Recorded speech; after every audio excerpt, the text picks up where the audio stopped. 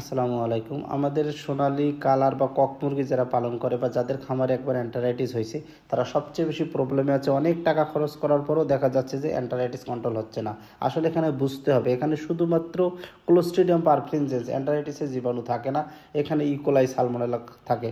এটাকে যদি আপনি কন্ট্রোল করতে না পারেন তাহলে আপনার বারবার ব্যাক করবে।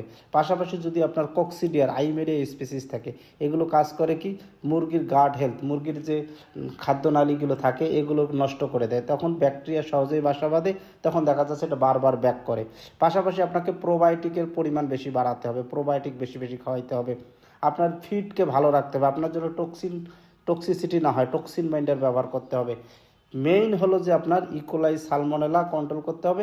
পাশাপাশি আপনাকে অ্যান্টারাইটিসের জন্য চিকিৎসা দিতে হবে, কোক্সিডিয়ার চিকিৎসা দিতে হবে, তাহলে আপনার এটা ব্যাক করবে না।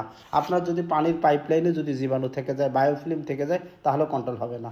এখন আমি আসল কথায় আসি। আপনারা যারা এই প্রবলেম বারবার ফেস করতেছেন, আপনার কোনোভাবেই কন্ট্রোল করতে পারতেছেন না, আমি এখানে হোয়াটসঅ্যাপে নাম্বার দিয়ে দিব, আপনারা আমার সাথে কন্ট্যাক্ট করবেন, ইনশাল্লাহ আপনার এই প্রবলেম আমি সলভ করে দেব। ধন্যবাদ।